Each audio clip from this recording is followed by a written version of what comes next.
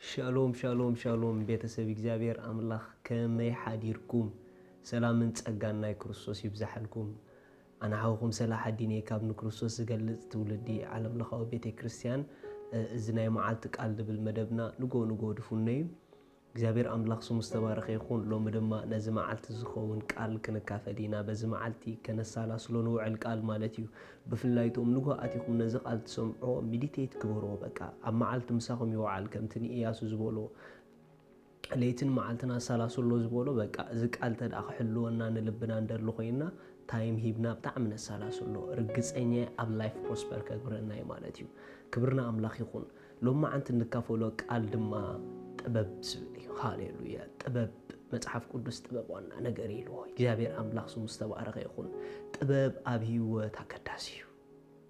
ጥበብ ኣብ ህይወት አገዳሲ እዩ መጽሐፍ ቅዱስ ኣብ ምሳሌ ምዕራፍ 24 ካብ 3 ቤት ሳላ ጥበብ ይህነጽ ሳላ ምስቱ ዓልካ ይጸንዕ ክፍልታት ቤት ሳላ ፍልጠት እዩ ክቡርን ጽቡቕን ዘበለ ኩሉ ጥሪትን ዝመልእ ይልዎ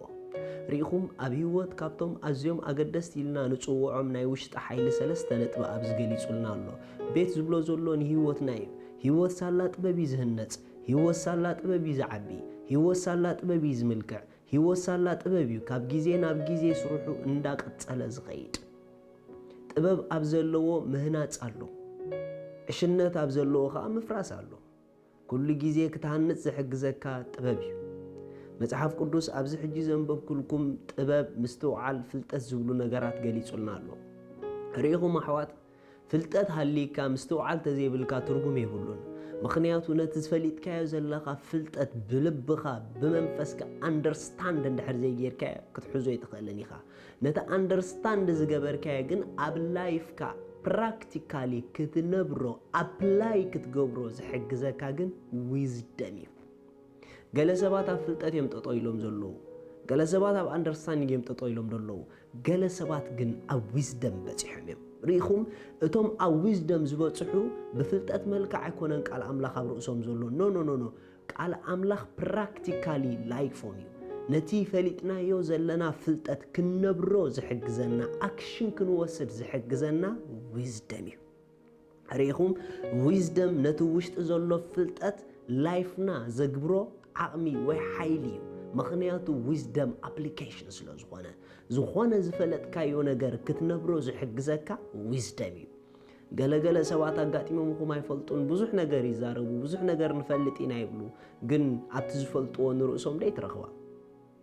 ካብ ዝሕዝን ነገር የለን ኣብቲ ትፈልጦ ዘይትነብር ተኾንካ ኣብቲ ትፈልጦ ኣክሽን ደይትወስድ እንድሕር ኮንካ which means you don't have wisdom ማለት እዩ ወይ ድማ ኣብ ላይፍካ ዊዝደም ኣይግለጽን ዘሎ ማለት እዩ ኩሉ ግዜ ዊዝደም ትሕልወና እያ ንምንታይ ተተባሃለ ዊዝደም ንህይወትና ኣብቲ ዝተረዳእናዮ ክንነብር ዘኽእል ሓይሊ እዩ ስለዚ መጽሐፍ ቅዱስ ቤት ህይወት ብጥበብ እያ ትህነጽ ሪኢኹም ህይወት ብጥበብ እያ ትህነጽ ጥበብ ኣብ ዘለዎ ኩሉ ግዜ ምህናጽ ኣሎ ክብር ንእግዚአብሔር አምላኽ ይኹን ነገር ግን እዚ ጥበብ ተባሂሉ ዘሎ ኣብ መጽሐፍ ቅዱስ ናይ አምላኽ ጥበብ ናይ እግዚአብሔር ጥበብ ነቶም ብክርስቶስ ዝኣምኑ ዘበሉ ኩሎም ብክርስቶስ ኣብ ውሽጦም ጥበብ አምላኽ ኣለዎም እዩ ኣብ ህይወት ጽቡቕ ምህናጽ ዘህንጸና ኣብ ህይወት ጽቡቕ ጉዕዞ ክንጓዓዝ ዘኽእለና በኣገልግሎት ደረጃ ብቢዝነስ ደረጃ ብሓዳር ደረጃ ብትምህርቲ ደረጃ ምክንያቱ ኣብ ኩሉ ናይ ህይወትና ኣቕጣጫ we need wisdom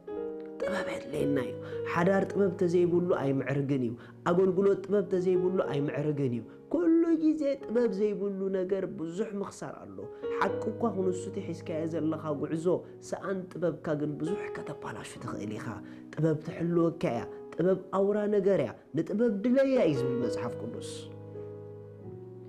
ሎሚ ካብቲ ሓደ ከካፍለኩም ዝደሊ ክንሃንጽ ብትኽክል ዘኽእለና ጥበብ እግዚአብሔር ብኸመይ ዓይነት መንገዲ ኣብ ህይወትና ፍሎው ክገብር ይኽእል ብኸመይ ዓይነት መንገዲ ብጥበብ ኣምላኽ ክንዓቢ ንኽእል መጀመርታ ስቴፕ ብጥበብ ኣምላኽ ንኽትዓቢ ናይ እግዚአብሔር ጥበብ ኣብ ውሽጥኻ ምህላው ምእማን እዩ ሃሌሉያ እዛ ኣብ ህይወትና ንእግዚአብሔር ከም ድላዩን ከም ፈቓዱን ከም ሓሳቡን ጌራ ንነገራትና ተሃንጽ ጥበብ ካባና ይኮነትን ካብ ክርስቶስ እያ አሜን ሪኢኹም ካብኡ ምዃኑ ዝኣመናዮም ነገራት ብእኡ ኮይና ክንግለጾም ቀሊል እዩ መጽሐፍ ቅዱስ ስለ ጥበብ እንታይ ይብል መጽሐፍ ቅዱስ ኣብ ቀዳማይ ቆሮንጦስ ምዕራፍ 1 ተቕስኸሪአኩም ቀዳማይ ቆሮንጦስ ምዕራፍ 1 ካብ 28 ስጋ ዘበለ ኣቅድማ ኣምላኽ ምእንቲ ከይምካሕውን ኣምላኽ እቲ ኣነ ገለ ዝብል ከንቱ ምእንቲ ክገብር ነቲ ብዓለም ሕሱርን ንዑቕን ገለ ዘይኮነ ሓረ ገናኸ እቲ ጽሑፍ ዝምካሕ ብእግዚአብሔር ይመካሕ ዝብሎ ምእንቲ ክፍጸም ንስኻትኩም አሜን ካብኡ ካብቲ ካብ ኣምላኽ ንጥበብን ንጽድቅን ምቕዳስን ምድሓንን ዝኾነልና ክርስቶስ ኢየሱስ ይኹም ቴንክስ ጋድ ስለ ኢየሱስ ክርስቶስ ሪኹም ከምቲ ንክርስቶስ ብምእማንና ጻድቃናት ኢና ኢልና ዝኣመንና ከምቲ ንክርስቶስ ብምእማንና ድሒና ኢልና ኢና ዝኣመንና ምኽንያቱ ጽድቁ ጽድቅና ስለ ዝኾነልና ብጽድቁ ጻድቃናት ኮይንና ኻበልና ልክዕ ከምኡ ድማ ጥበቡ ጥበብና ኮይኑልና እዩ ብጥበቡ ድማ ጥበበኛታት ኢላ ማለት እዩ ሪኹም ኣሕዋት ካብቲ ሓደ ናይ ክርስቶስ ጥበብ ኣብ ላይፍና ፋንክሽን ንኸይገብር ዝኽልክሎ ኢግኖራንስ እዩ እሱ ጥበብና ምዃኑ ስለ ንዝንግዕ እዩ ኣብ ህይወት ዝጀመርናዮም ጉዕዞ ውሕሉል ብዝኾነ መንገዲ መልክዖምን ቅርጾምን ሒዞም ክኸዱልና ንደሊ እንድሕር ኮይንና ንዛረብ ንበል ክርስቶስ ጥበብ ህይወተይ እዩ ንበል ሃሌሉያ ኣነ ሎም ርግፀኛ ኮይነ ክነግረኩም ኣብ ላይፍኩም ተገሊጹ ዘይፈልጥ ነገር ግን ኣባኹም ዘሎ ናይ ክርስቶስ ጥበብ ሎሚ ብምርዳእና ንሱ ናይ ህይወተይ ጥበብ እዩ ብምባልና ብዘገርም ጥበብ ክንግለጽ ኢና ክብርን ኢየሱስ ክርስቶስ ይኹን እግዚአብሔር ውሕሉልን ብሉጽን ዘገርም ናብራን ክንነብር ናይ ክብር ናብራ ክንነብር ስለ ዝመደበልና ነቲ ናቱ ጥበብና ገይርዎ እዩ ናይ ኣምላኽ ጥበብ ክርስቶስ እዩ እዚ ናይ ኣምላኽ ጥበብ ድማ ነቶም ብክርስቶስ ዝኣመኑ ጥበቦም ኮይኑ እዩ ሎማ ሓደ ሰብ ይበል ኣነ ብኡኡ ጥበበኛ ይበል ኣነ ብኡኡ ዋይዝ ይበል ዋይ ተተባሃለ ብኡኡን ናብቲ ብኡኡ ዝንበር ህይወት ኣቲና ኢና እቲ ናቱ ህይወት ናይ ክብር ህይወት እዩ እዚ ህይወት እዚ ድማ بطبب أملاخ زنبر هيوتي كريستوس دما نعين نعخمن طببنا إيو كابت حدا كريستوس طببنا خوينو أب لايفنا كرأز جبرو انتايو تدعيلكموني قال أملاخي ريخوم نايجزي أبيرك قال بزبالة عنا يوم متأن اتي أبانا زولو كريستوس كجلس يجمر اتا أبانا زولو ناي كريستوس ناي طبب هيوت كرأي يجمر نمنتاي تتوهاله قال إجزي أبير جلاتي طبب أملاخي ريخوم أملاخ أبو زولو طبب ريفلكت زجبرو زجلتو بقالو كيريو يسوس قويتايو مصحف قدوس أمثالي معرف كلتن غير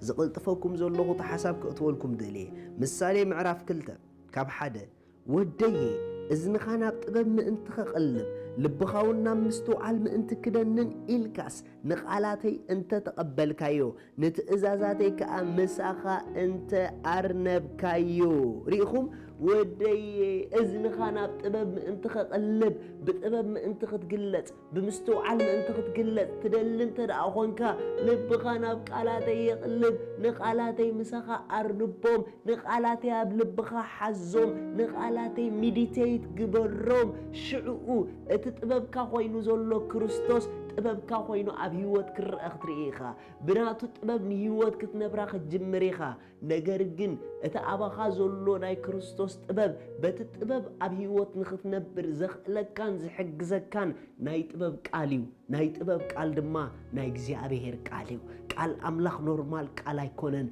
قال املاخ ገላጺ اتزيرأ طبب املاخيو قالو ودو قاليو نسو أبانالو بؤو تببنياتاتينا شالوم